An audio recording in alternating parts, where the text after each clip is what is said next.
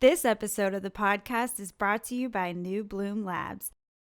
If you're a cannabis producer that's creating innovative products with multiple cannabinoids, you need the best, most comprehensive potency analysis there is. And that's why you need to talk to the team at New Bloom Labs. New Bloom Labs understands the cannabis industry in and out and what's important to growers, processors, and manufacturers. New Bloom Labs is leading the industry with potency testing of Delta 8, Delta 9, 2 isomers of Delta 10, and a dozen other major and minor cannabinoids that are shaping the industry. Oh, and did I mention that New Bloom Labs offers the fastest turnaround time in the industry? Yeah, that's right. They deliver most test results in just 1 business day. So instead of waiting long hours or even days for your certificates of analysis, or instead of receiving inconsistent reports or reports that are just hard to understand in general, you need to call New Bloom Labs at 844-TEST-CBD or visit their website at newbloomlabs.com. Superior science, rapid results, New Bloom Labs. Hello, my fellow people of the plant. Thanks for tuning in to another episode of the Cannabinoid Connect podcast, your favorite podcast that includes industry-facing conversations with the industry's leading experts that aim to educate and inform the public regarding the plant's endless benefits. My guest today is Charles Pyfrom. He's the Chief Marketing Officer at CannGen Insurance Services. Charles Pyfrom, how you doing, sir? Hey, Kevin, good to see you. Doing great, my man. And yourself? I'm doing well. Thank you so much for making time for me today. Super excited to be talking to you today because, and I mentioned this before we recorded, cannabis insurance. I think this is the first guest that we've had on that specializes in this particular space. So lots to talk about today. Yeah, super excited. Thanks for having us on. Yeah, absolutely, man. So why don't we kick it off by you telling the audience a little bit about yourself? I know from what I read in your bio and your background, you have over 14 years of experience in the insurance industry. So tell me a little bit about that previous experience at a high level and what got you interested in the cannabis space. Certainly. 14 years. It sure time flies when you're having fun.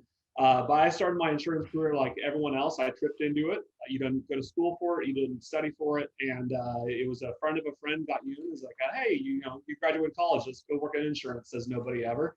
But here I am 14 years later at the helm of a super successful company alongside the rest of our executive team and kind of where we're looking to take cannabis insurance. But, my background has always been in the commercial placement, hard to place risk stuff. We worked on a lot of Section 8 housing, long haul truckers, specialty niche programs. And way back in 2015, there was this little program called Next Wave Insurance Services that has morphed into the beast that is CannGen today. They were one of my clients when I was at the carrier, and I spent more than a decade at household carriers doing these tough to place risks in an underwriting and product management role. And then this little cannabis opportunity showed up on my desk one day, and I was like, man, this is, you see so many contractors and all these other programs out here that are all, 9 degrees of same when you're looking at a type of risk. This was new. It was exciting. It was cutting edge. Majority of our teams in California, and so cannabis has always been a part of our culture. But the ability to insure a federally illegal operation was super exciting, and feeling as an underwriter, saying, man, there's a way to do something here and find an opportunity. So, looking ahead, it's been 5 years since I've been working with a team at Next Wave, which is, like I said, now CannGen Insurance Services, and you'll hear us out there with that brand all across all sorts of platforms. But we've grown from writing, a couple $1 million a year in premium to now we're the largest writer of risk specialized in the cannabis, CBD, and hemp space. And we'll get into the nuts and bolts of what we do every day and how we add value to this industry. But it's super exciting time, and flying high, no pun intended. So. I respect that contrarian mindset, man. Your first thought is federally illegal industry insurance. Why not? Yeah, this sounds exciting. This sounds great. I mean, obviously you're seeing a lot of these states go online with adult use and the momentum that you're seeing from public support, right?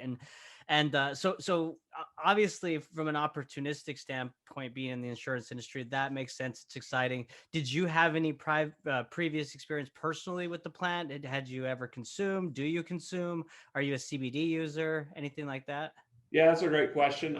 It's kind of in my social circles known that I'm the only guy who's involved in cannabis that's never done it before. I for whatever reason, it's just it's not my thing. I'm the super A-type controlled type guy, and so for me, I'm always like, it's not for. I'm sure I'll get there and I'll try it someday, but as it sits for right now, I am not a user, but I am a advocate for what it means for both industry as well as insurance and what we do, and obviously we support that momentum of where this industry is heading in a meaningful way.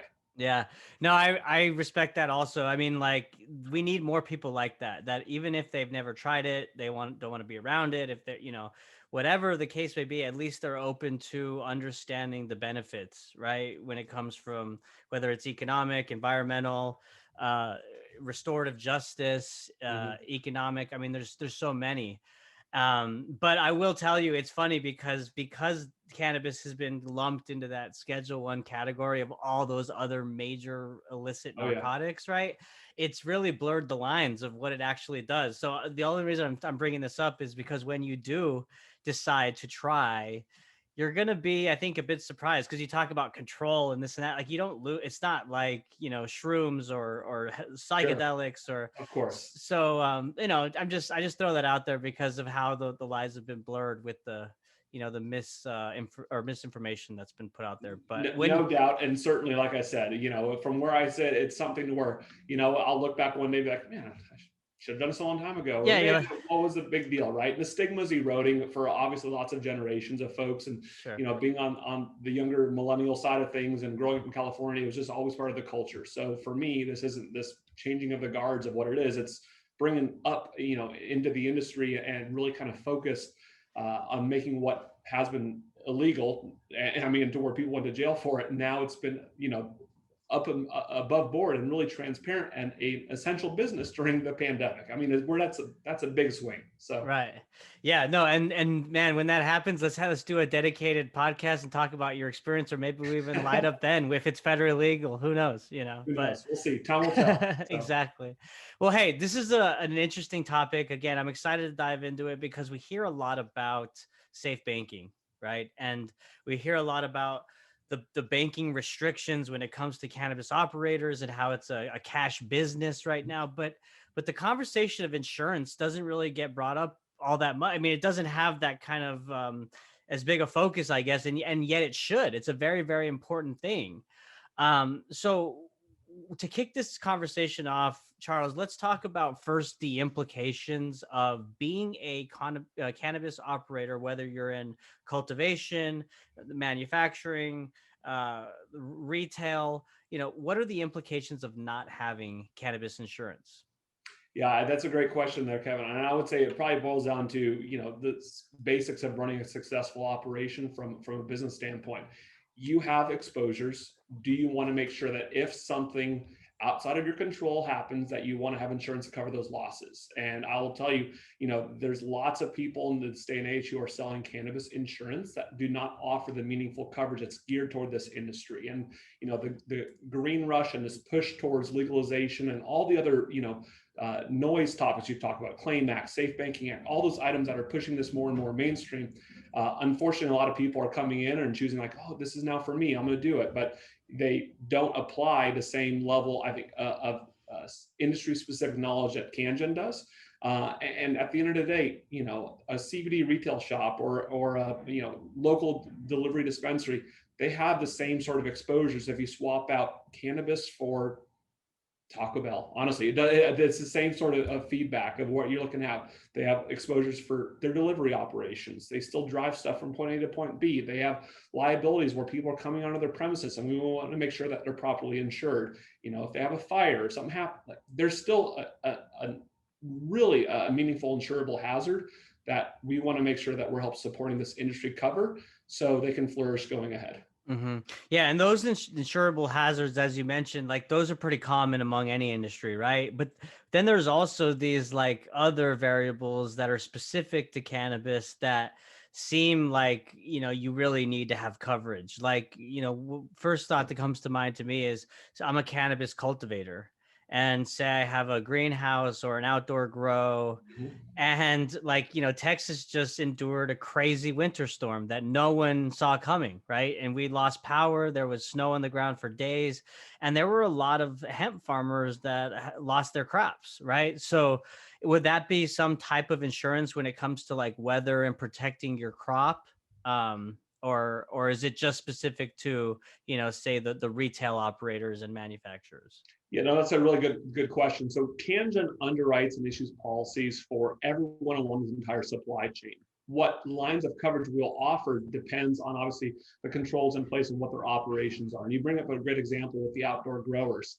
That is one of the areas where you can see the mass opportunity for claim activity and why a lot of carriers and reinsurers aren't necessarily jumping with both feet.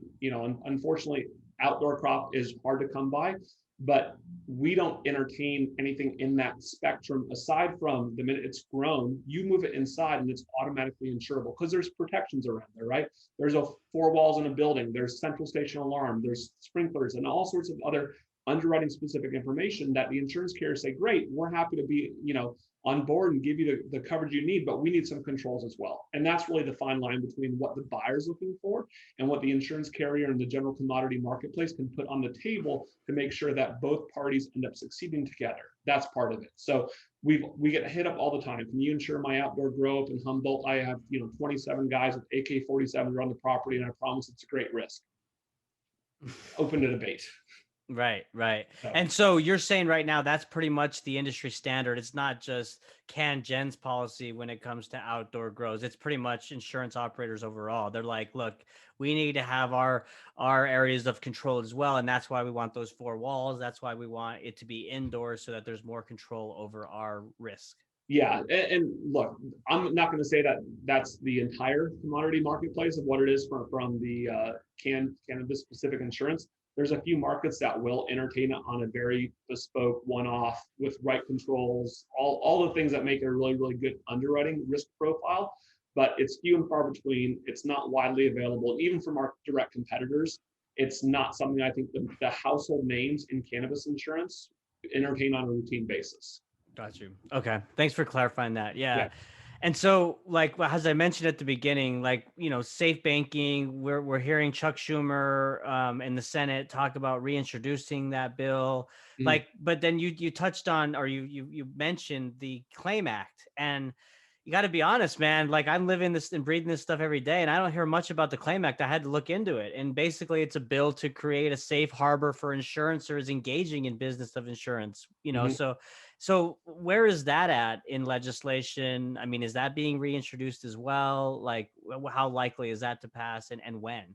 Yeah, and I say this not as a politician, right? So, the expectation of should it pass? Well, I think the legislative hurdles have somewhat been set aside and cleared with what we have both from a House and Senate, as well as President right now. That a lot of legislation I think should be very pro cannabis and very friendly to get passed in all levels of government.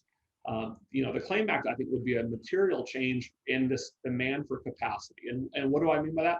A lot of growers or household MSOs or people who are running large verticals in single states are getting to the point where they'd like to buy more insurance than what is available. And despite there being a lot of cannabis companies out there, and CannGen being one of those underwriting companies that gives meaningful policies across all legalized states, we're doing our best to help support the growth.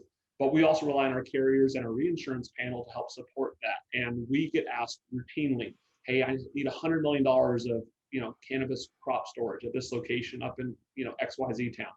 We'd like to be able to offer that to us, but if you're looking around, if a carrier took $100 million loss, that's a material issue, and there's not enough people in there to help have that spread of risks to where the industry can help support that aspect of this additional growth. So Claim Act, I think, would open up the doors and give a lot of reason for additional reinsurance capacity or primary issuing capacity to the marketplace, which I think is good to allow the buyers to have the choice of, do I self-insure like I've used to in the past, or can I actually comply with some sort of risk transfer mechanism and buy a policy to hedge my risks and exposures? So I think it's a good thing.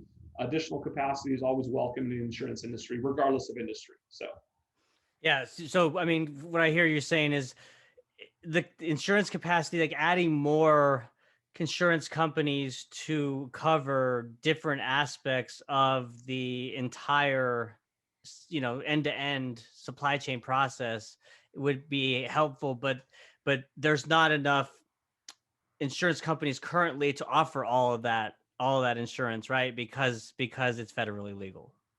You're right, and once the federal illegality topic kind of gets put by the wayside, this really has cleared traction for additional growth, and like what we're seeing with New York getting ready to pass recreational use, and really this whole movement, it's what was on the West Coast has certainly morphed across the country, and we're seeing these operators come in with real capital. I mean, massive venture capital and PE-backed funds are coming into the space, and we're seeing lots of opportunities for these individual business owners to really thrive and bring cannabis to its local communities, and that's really what we're here to support.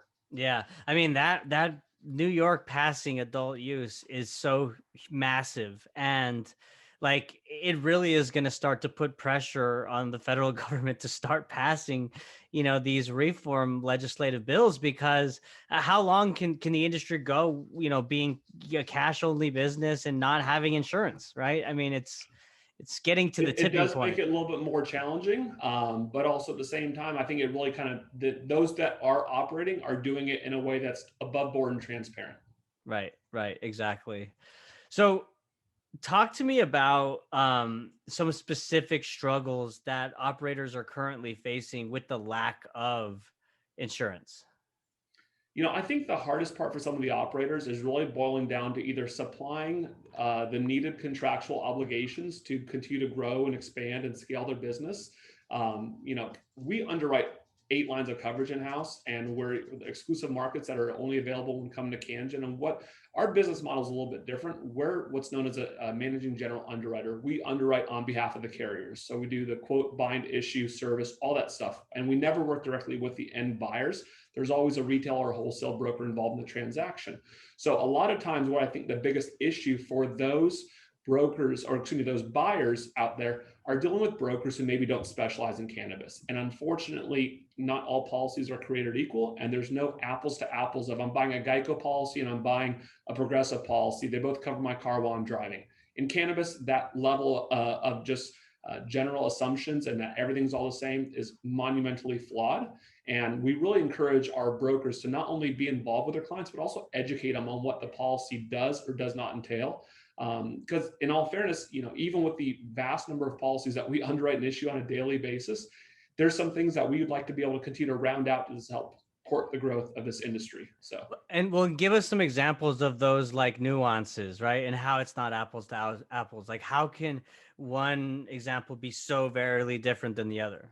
and it boils down to one thing, exclusions. And it really boiled down deep inside insurance policies are the exclusions that any other type of business would have, but these are usually specific to cannabis. And you may see someone who's limiting a coverage offering and it's not being the same, or you're being told by another broker that, hey, I can save you 10 grand on your cannabis insurance. Well, did he also tell you you're not getting the same level of coverage and you're not covering 2 of your operations? And so that level of, it can't always be about price. And unfortunately, until this is a mass commodity where I can go online and buy it in 5 minutes or less, which we are very far away from, it's really going to have to boil down to trusting your broker and making sure they're advocating on your behalf to get the best coverage that you as a buyer are looking to spend your hard-earned dollars on. Mm-hmm. This is gonna be probably a stupid question, so apologies in advance. It's all good. Everyone gets a stupid one. So. CannGen, how do you guys are able to do what you do? I mean, right? Like, and I know that there's like banks that are able to operate in the space and they're friendly with hemp and cannabis, but like, how are y'all able to do it? I think what really makes it easy for us is kind of going back to that whole our business model. Our clients, at the end of the day, while they are cannabis operators, we directly work with agents and brokers. So they're above board transactional insurance agents in one way, shape, or form. And so by the time we receive our money, it's coming from legitimate sources. Everyone asks like, oh, do people show up and pay their stuff in cash? I don't know. It doesn't hit our desk. By the time we receive wires and we see, the way everything works for us is a transparent above board business. as I think it is for a majority of the industries as we're pushing towards that. And I can tell you, we have an open relationship with our bank and our carriers and our reinsurers we work with on a regular basis, to where everyone's above board and knows what we're doing, that the money is coming from legitimate sources. And while I can say historically it's been an issue, and we'd hear about people having their banks shut down or doing XYZ, or, I don't know why my wire isn't going through, I'm hearing less and less of that being 2 or 3 steps removed. So I think it's heading in the right direction. Okay. And you mentioned that we're far away from the operator going and actually selecting which insurance provider they want, which specific plan they offer, right? Just because the market's not there yet. Yeah. So how do you see this playing out? Like, give me a 3-phase scenario: phase 1, phase 2, phase 3, like, or is it just going to happen all at once and the floodgates will open? I think it's probably there's a handful of options, and a lot of it's going to depend on how the legislation and ultimately pans out, either on state specific or a general, how the industry chooses to adapt and morph as we grow in a meaningful way. Being an ancillary service provider to the cannabis industry, I think it's certainly something to where it's going to be driven by the asks of the buyers at the end of the day. We're shaping our policies and our procedures and our product offering to be responsive to the needs and demands of today's buyers. So I think that industry and others will adapt to it. Banking will adapt, delivery, regulations, testing, all the framework of how the cannabis industry is supported by external firms like CannGen. I think will morph towards a communal agreement once those best practices are installed on a more, let's say, less than regional basis. Yeah. See, that's what makes this industry so exciting, in my opinion, right? Because it's so new that there's so many different opportunities to re-engineer how things have done in the past, right? Like, whether it be diversity and inclusion, whether it be company culture, Mm-hmm. operations, efficiency, technology, and even insurance. Like, CanGen is uniquely positioned right now at the forefront of this industry, like you just said, to collaborate with the operators and really work together to put together policies that make sense, right? Like, Absolutely. when have we ever been in a time like that? It's got to be pretty cool. Well, someone asked me the other day, I tell the kids, like, oh, well, what does daddy do for a living? Right? I work in the cannabis industry and we underwrite insurance policies. And they say, yeah, that's exciting. But, at parties pre-COVID, what do you do for a living? Oh, I'm in this industry and we do X, Y, Z. And, oh, that's cool. What is it like? It's sort of like Prohibition 2.0. You kind of get to be on this cutting edge of something new. And to be a part of an industry that, at least in insurance, which in all fairness, there's lots of insure tech going on. There's lots of cool digitalization of how we approach things. People love the lemonade approach and how insurance becomes more transactionally friendly and more efficient for all parties along the supply chain. Cannabis is unique in that there's just the nuances of which they have to go through, and hoops and regulatory oversight, and people just checking every aspect of what you do to make sure you can open a storefront every day like any other retail business in America. It's fun, it's exciting, it's obviously cutting edge, and it's certainly something that keeps us on our toes to make sure we're providing value as that adopts and change. Yeah. And we mentioned at the beginning that you've been in the insurance industry for over 14 years, right? And I've said this before, like, and tell me if you agree, the operators in the cannabis space are the most resilient business people that I've ever Yeah, seen. I yeah, mean, no doubt. You look in California, where we have 3 different bodies that oversee regulations and who puts out licenses and who does what. And now we have 20 landlords have to comply with, and I need a different COI, certificate of insurance, and all these nuances of how you have to be adaptive. Oh, and by the way, that product you sold on June 30th, on July 1st, is not good because we changed labeling. Hope that doesn't hurt your business. Like those things that really go along. And that's just in one state. And that might just be in one county. And then you extrapolate that to what an operator has to do in a region, in a territory, in a countrywide approach, and how it's different than just being in, I sell consumer packaged goods of XYZ. Man, very different. And they have to be ready to change. yeah. And you talked about how the differences are amongst the states, which is a whole headache in itself, right? So from your perspective on the cannabis insurance side, are there more states that seem to be more friendly and kind of open with their insurance regulations and whatnot? Like, what have you seen in that regard? Yeah, there's a few states that were very pro cannabis. I mean, California is being one of those where we had our previous insurance commissioner really pushing for more carriers to get involved in the cannabis space. And I think that's really a good thing because, additional capacity, as I said earlier in our discussion, is always a good thing to help the buyers make their best decisions. That's what our job is to do, to help provide real coverage at fair pricing for them to be able to say, this is what I want to do, and this is how I'm going to choose to move and evolve my business on a going forward basis. We underwrite risk in all legalized states for cannabis and in all states for hemp and CBD where they are able to operate in a above board and transparent manner with an appropriate license to support what actions they are doing as a business. And I will say that the general theme is that a lot of insurance, a lot of insurance DOIs in general are not so vehemently out there pushing for it. But it's really going to be the buyers who are asking the brokers are asking facilities like CannGen, give us more. We want to get more, right? And so the regulations do vary on a very state specific or, like I said, even county specific level. And I think as a whole, both the operators and the ancillary service providers like us are just trying to evolve and adapt with them as quickly as we can. So yeah, it's we're all just trying to figure it all out and do it collaboratively, right? Like we talked about before. Yeah. So tell us about CannGen. Like, what exactly do y'all offer when it comes to your insurance policies? You said your plant touching and ancillary, right? You have those two focuses. So tell us about the company. Yeah, so CannGen underwrites risks, like I said, in all legalized states for anyone in the supply chain vertical from seed to sale. That moniker gets tossed around, but we insure cultivators, distributors, harvesters, processors, manufacturers, third-party distribution, non-storefront delivery, true retail delivery, and those service providers who are geared predominantly towards that industry, and everyone in between in all states. So you can imagine when someone says, "What's in your wheelhouse?" Well, that's a pretty big wheelhouse for us, and so we look at risk all day long. That's all our team is focused on. And I'm happy to say the exponential growth that I think we're seeing is a testament to the great coverage that we're offering, the fantastic service that we give our clients, and the best in class products that a broker can come to for a one-stop shop for their clients, knowing we've done our due diligence and we're crafting policies meant for this industry, not the other way around. So what's y'all's focus for 2021 and beyond? Bigger, faster, more efficient is kind of the keywords of what we're looking for. Broker and insured friendly is something else that you'll hear we toss around with our distribution partners.